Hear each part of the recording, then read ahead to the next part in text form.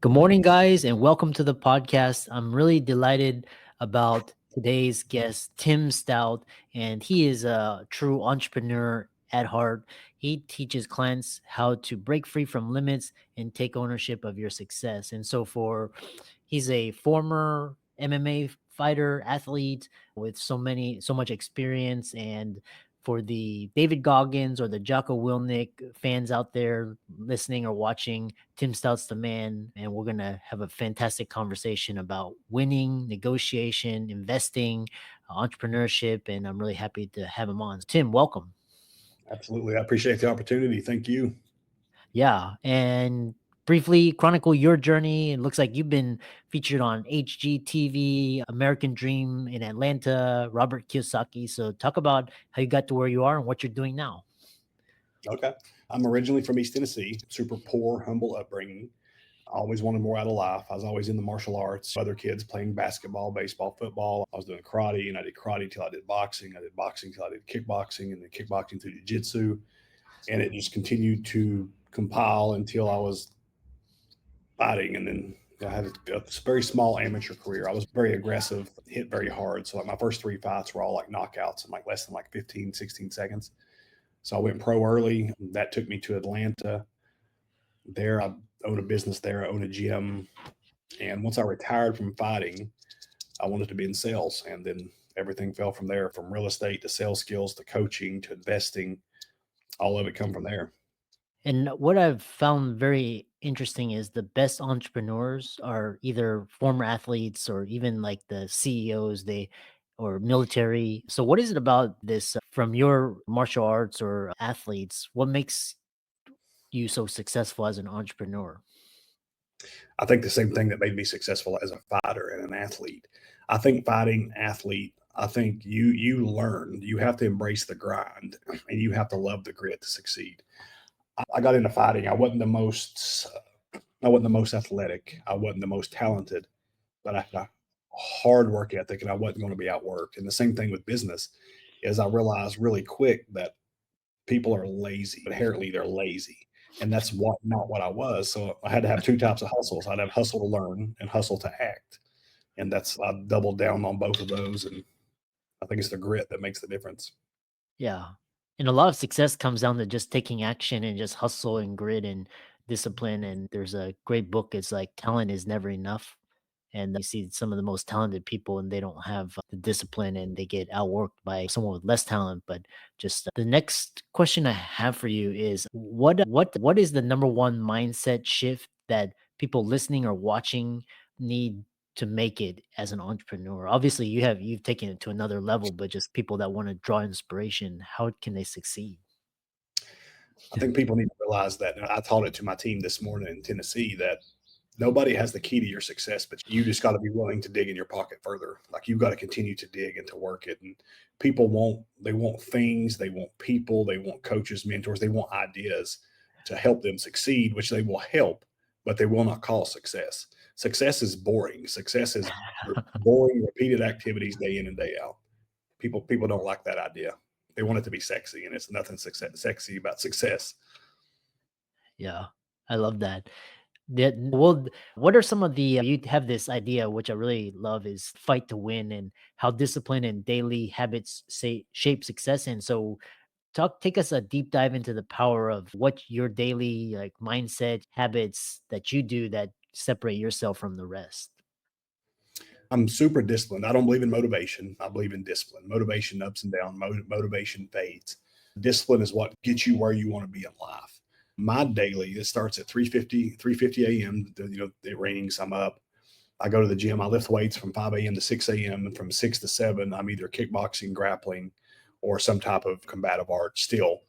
And my first meeting is at 8, usually at the coffee shop. Then I'm with another entrepreneur or a local business owner I'm coaching. At 9 o'clock, I'm in office at my real estate team in Noonan in Georgia.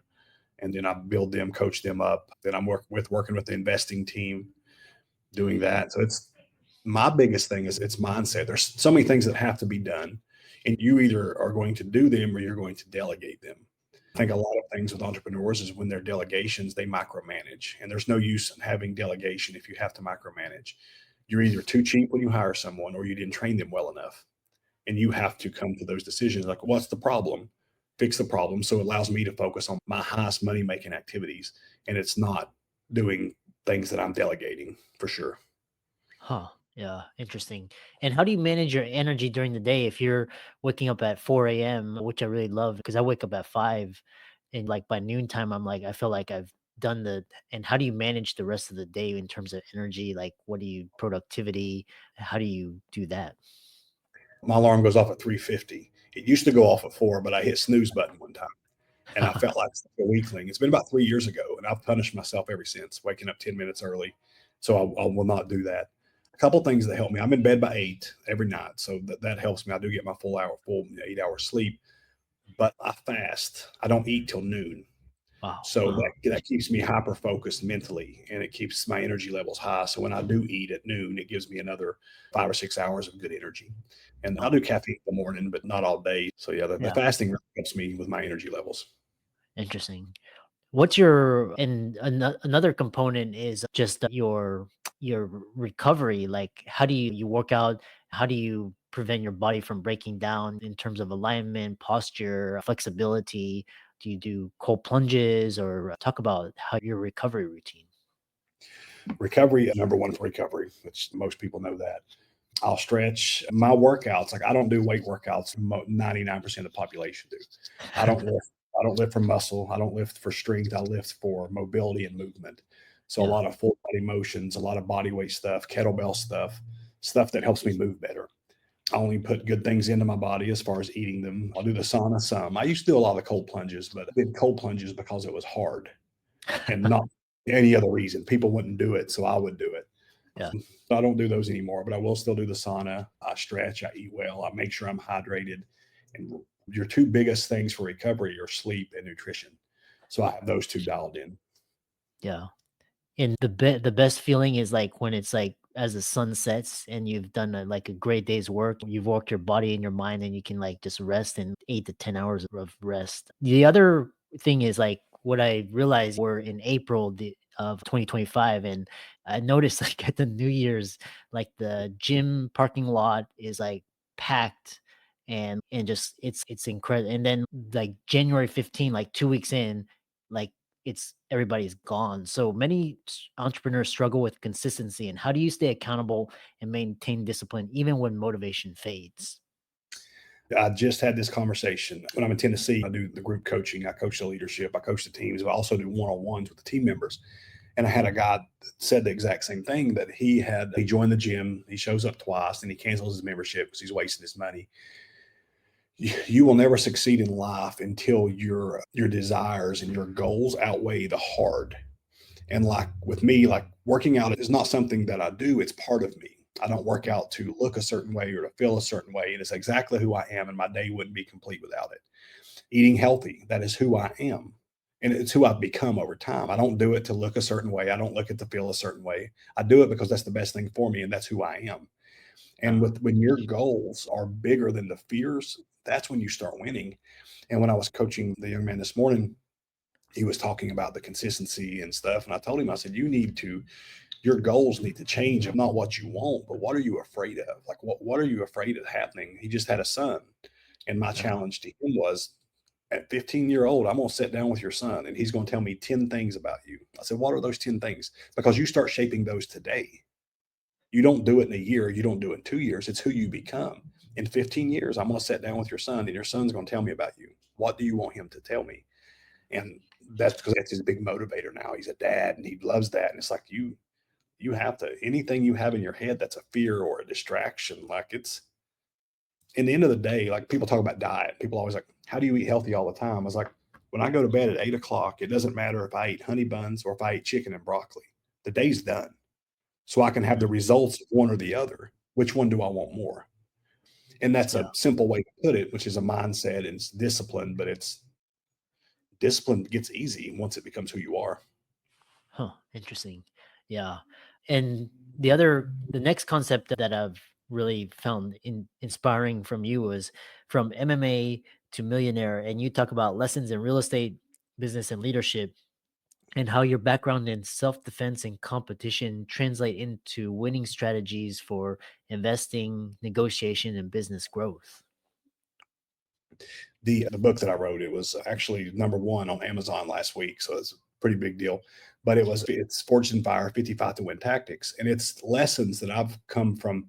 When I say grew up poor, like I had four brothers, two sisters. We grew up in an 870 square foot house, one bathroom, and mom and dad hand me downs clothes. We ate pinto beans every meal. Like it was poor, lots of love, great. But wouldn't change it if I could. But from those lessons that I've learned through that, through my father, from fighting in a cage, from all of these lessons that I've took these lessons, and this I use the same lessons in businesses, and I own multiple businesses, several businesses. I coach multiple business owners, and it's the same lessons that I've learned from fighting, growing up poor. And there's a chapter in the book called "Don't Touch the Wood Twice." And I remember, what we call ricking wood, like taking chopped wood and we put it in piles for the house to burn. I would take it in my mind, I would take it and I would throw it off the truck. And then I would go take it from the pile I made to the new pile. And I remember my dad saying, he said, Tim, you're touching the wood twice. The majority of your time is bending down and picking it up when you've already done it once. Why do it twice? And I'm like, so I wrote a whole chapter on don't touch the wood twice. And it's like, how can you minimize the amount of actions to get the same result? And it's little things like that. Then it's talk about the fighting and the grit of lessons that I will learn. I remember the one time I cheated when I was boxing. I Mm. cheated during a run. I had a 3 to 5 mile run every day I had to do. And one run, I was the only athlete that showed up. So I was running and there was a shortcut. So I took it. My Uh, boxing coach was a police officer and somebody had saw me take the shortcut and let him know. And he took me back to the same spot. And it was about a mile back. And he made me duck walk. And a duck walk is imagine in the squatted position with your butt as low as you could go, with your hands on the back of your head, and you waddle. And I had to do that for over a mile. oh, It was shit. cool. But that lesson taught me that you don't take shortcuts. There's nothing positive from a shortcut. And so Yeah. that's the type of stuff that I've relayed in the book. And it's those simple lessons. I'm not smart enough to complicate things. I have a very simple mind, but I am very action driven. Like it's Mm. all success is all about action. It doesn't matter how smart you are if you can't put it to action. Being smart without action is having a 900 horsepower car with no wheels on it. You're not going to go anywhere. So I have wheels and I have a decent motor and I just continue with action. I have a lot of high performance coaches in my lifetime and they all said that my superpower was a speed to action. Like I get a concept to go. And that's one thing I believe helps everybody succeed is just getting moving. Yeah.